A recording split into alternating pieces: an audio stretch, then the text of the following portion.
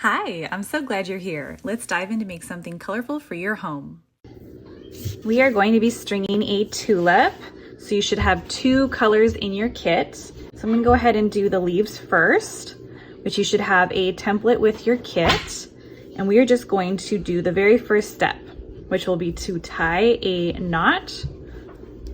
I like to start it in the air, and you can put it on any nail in the green section. You can just do it down here on the bottom and just tie it. And what you're going to want to do is do another knot around it so it doesn't come loose. Okay, so you should have this. So once you have it tied on securely so it doesn't come loose, and you've trimmed the string just so it kind of doesn't get in the way, you're going to start by outlining the leaves and going up the stem. So the way you do that is you take this and we're going to be wrapping it around each nail. See, so it goes like that and around.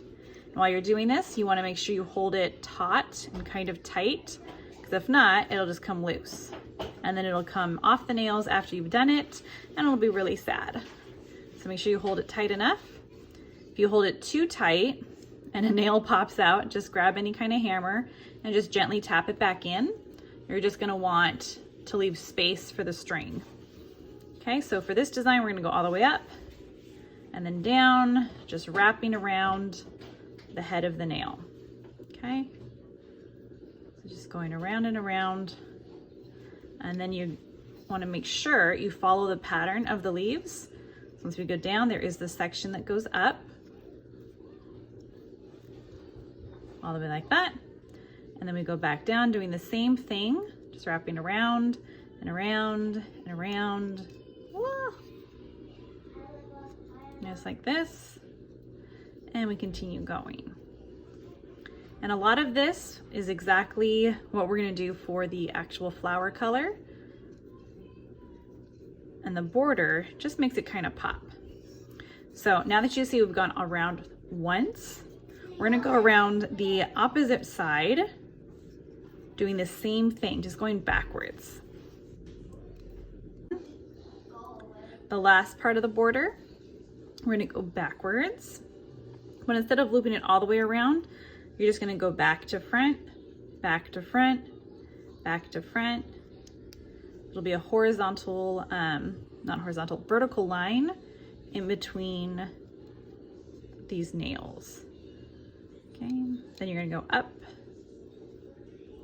Remember to hold it tight enough so it's not going to unravel off your nails. Go all the way around. And you probably have guessed it, but now we're gonna go back the same way, just going back to front, and you're gonna end up with an X, basically between each nail. So there's a few different ways you can fill in the center. One is just by looping around any nail you want without really caring what nail you go to. And it doesn't matter, and it works. The other way is you can actually try and do a pattern. That's too much thinking for me. I like to have fun and not have to think too much. But you can just go back and forth between each nail going up the design to fill it in. And you can take each leaf, and just like when you're doing the border, it just can loop around each of the nails. Okay, and then you can just twist it down and go back and forth, going down all the way until you like it. Then the other way is what we created on the border. You can do as like a figure 8. So I'll show you. We'll go over to this side. So you can pick any two nails across from each other that you want. Let's get to here. You're just gonna go to the opposite side. So you have that X, and then go around the edge and around the edge. And so that's like the figure 8, and it basically gives you a much thicker design faster, but you don't have to. So I'll do that, and I usually do like a mix of all of these. I'll just pick any 2 nails, do some figure 8s, and then I'll switch it up and do just like a few random ones. And afterwards, throw in some random ones where there's like a gap. And you're just gonna keep continuing to do all of that until you like it. Then after you're done filling in how you like it, you can go up and down the center stem once or twice and just kind of wrap it like you did in the beginning. And I'll make it kind of thicker if you want. You don't have to. This is optional. And then you can also go around the border one time, wrapping it on the outside. If you want to give it more of a solid look, you can do that. Okay, so just go around and then fill it in. And once you're done, yours will be on this, so you'll probably just either run out of thread, or if you have a bunch of thread left, because you didn't use it all, just trim it so it's enough to make it easy to tie a knot again. And then around any nail, just like in the very beginning, you're just going to tie a double knot around any nail, just so it doesn't start unraveling on you. That would be so sad after you've cut it. Then if you have this super long tail left over, all you got to do, again, trim it.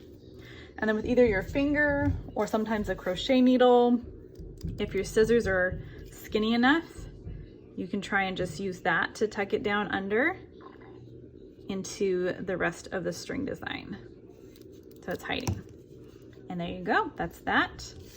And now that you know all the steps, if you don't want to watch this part, it's all the same steps. Tie a knot, border, fill it in like crazy, and tie another knot. And that's all you need to do. Now that you're a pro with all of that, this should be easy peasy.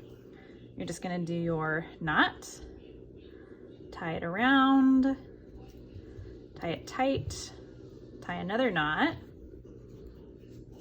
tighten it, and trim it a little bit. And then start wrapping it, holding it tight so it doesn't unravel on you. All right, so once you go all the way around, fill it in however you like. Remember, just watch out for that tulip at the top, making sure that we don't lose the cute tulip design. And I'm going to tie it off. Okay. Bloop. Tie, tie.